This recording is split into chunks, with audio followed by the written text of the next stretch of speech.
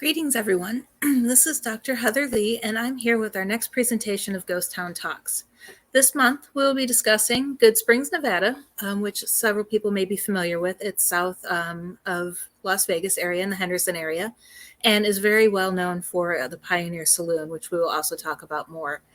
So let's get this started. And also, I'm going to give you guys a little bit of a hint now. This will be the last Ghost Town Talks, but don't worry, we do have other presentations ready for you. So let's get this started, and you guys can see everything that is happening in Goodsprings. Okay, Goodsprings was a town named for Joseph Good, a cattle farmer who frequented the foothills of this area. It was once a very productive mining district, and in fact, it was actually one of the most productive mining districts in Clark County. Mines that produced lead, silver, copper, gold, and zinc. And before 1900, a small group of tent cabins were built for the miners, a post office, and a mill was built to help with the processing of the minerals and everything that was coming out of the mines. More buildings were constructed as time went on. The town boomed shortly after the railroad came into the area in 1910 and 1911. In 1913, a schoolhouse was built, which is still the oldest schoolhouse in Clark County and is now on the National Registry of Historic Places. After World War I, mining operations had slowed down and many of the residents moved away, decreasing the population to just about 200 residents. This is still a working ghost town.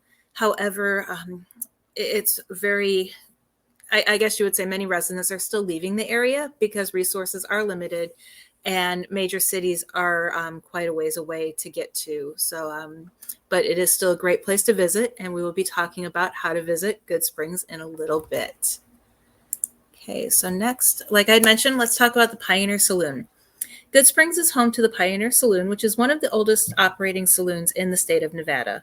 Walls are adorned with bullet holes that are, the bullet holes, just a little bit of backstory, happened when a gambler was caught cheating and a fight broke out and he was shot and killed. There's also a coroner's note hanging on the wall, as well as newspaper articles indicating and describing what happened and how those holes were created.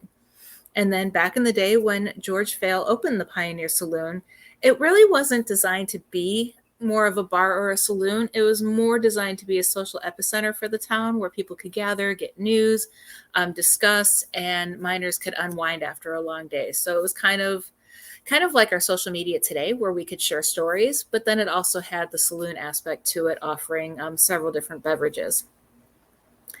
And the interior was made of stamped tin, which is kind of unique if you've never been there. It's a really neat look. And this tin was manufactured by Sears and Roebuck. It has a solid wood bar that was made in Maine and transported originally to Rhyolite before it was brought to Goodsprings. And this was made in the 1860s. And it still has the original stove that is used to this day to help heat the building. If you've never been to Pioneer Saloon, when you go, make sure you have their mouth-watering ghost burger. I suggest everybody tries that one. It is a must.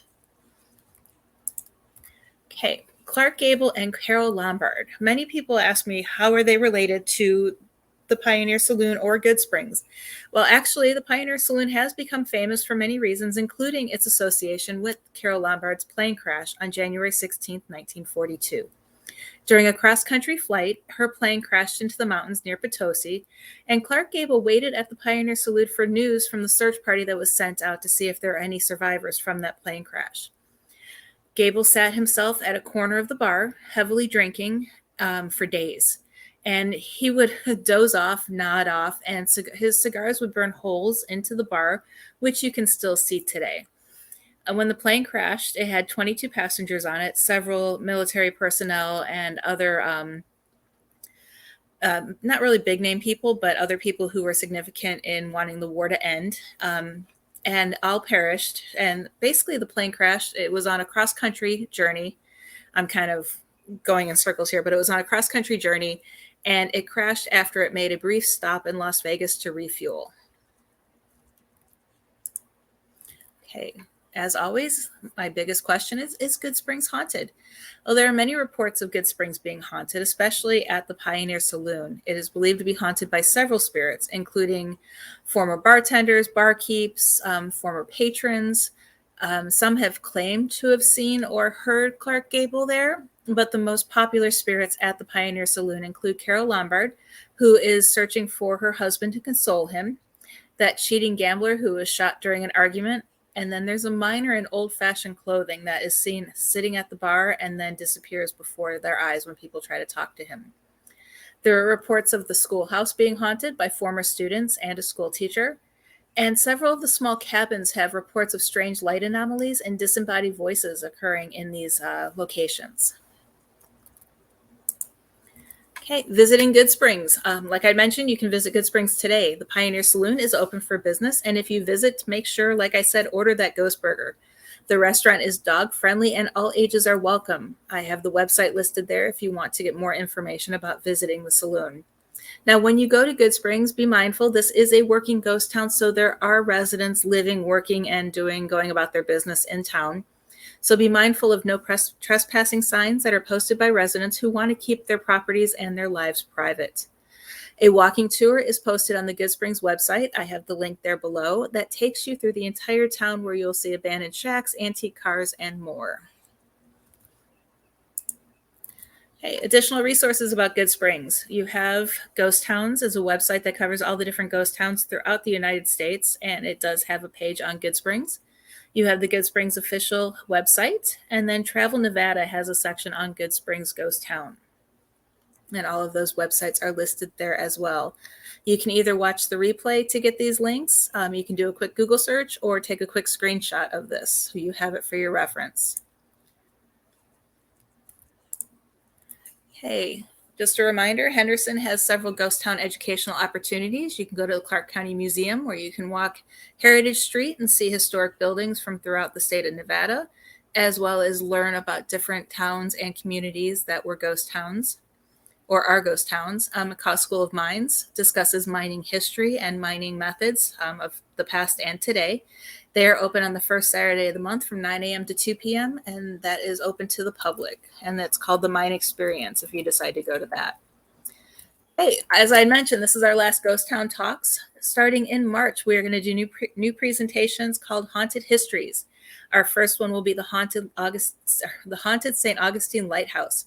We will discuss the lightkeeper's house, different hauntings in the lighthouse itself, and basically go through the history of St. Augustine Lighthouse and some of the strange occurrences that have been reported happening there. Okay, as always, here's information about me. For those of you who haven't watched Ghost Town Talks in the past, I have more than 30 years experience in researching the paranormal, including the history behind why locations might be haunted. I am the Chief Marketing Officer and Head Administrator for the Warren Legacy Foundation of Paranormal Research, co-host of Ghost Education 101 and the Warren Files. I also just started hosting my own show, which isn't listed here, and it's called Exploring the Paranormal Vodcast. You can find it on Facebook. I hold a Doctor of Philosophy in Metaphysical and Humanistic Science, specializing in paranormal science. You can find me in the documentary, not upcoming anymore, but Real Haunts Ghost Towns by Motion Picture Video came out last year. And Real Haunts 3 is coming out later this year. Plus my book, Ghosts of Southern Nevada Ghost Towns, will be coming out. And I was just told it should be out around Halloween of this year. So again, thank you, Henderson Libraries, for having me do these presentations. As always, I enjoy doing them. Thank you for watching, and we will see you next month on the last Friday when we talk about haunted histories and discuss the St. Augustine Lighthouse. You guys have a great month.